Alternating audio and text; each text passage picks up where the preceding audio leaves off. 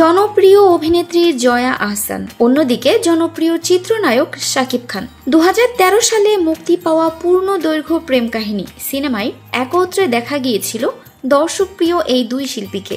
এরপর আর একসঙ্গে কাজ করেননি তারা। দীর্ঘ এক যুগ পর আবারও পর্দা ভাগাভাগি করছেন এই দুই তারকা। ঈদুল আজহায় মুক্তির প্রস্তুতি চলছে নতুন সিনেমা তাণ্ডব। এর মধ্যে সিনেমাটি নিয়ে আলোচনা চলছে সামাজিক যোগাযোগ মাধ্যমে।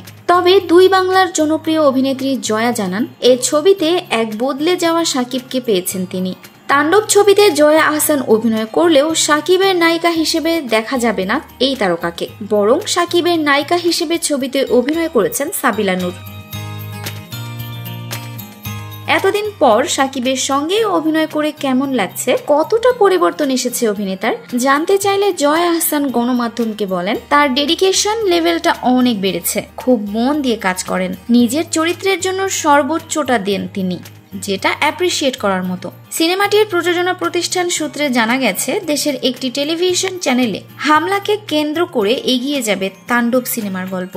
সিনেমাটির বিশেষ একটি চরিত্রে কাজ করছেন জয়া আহসান। এই ছবিতে কাজ করছে এক ঝাঁক তারকা।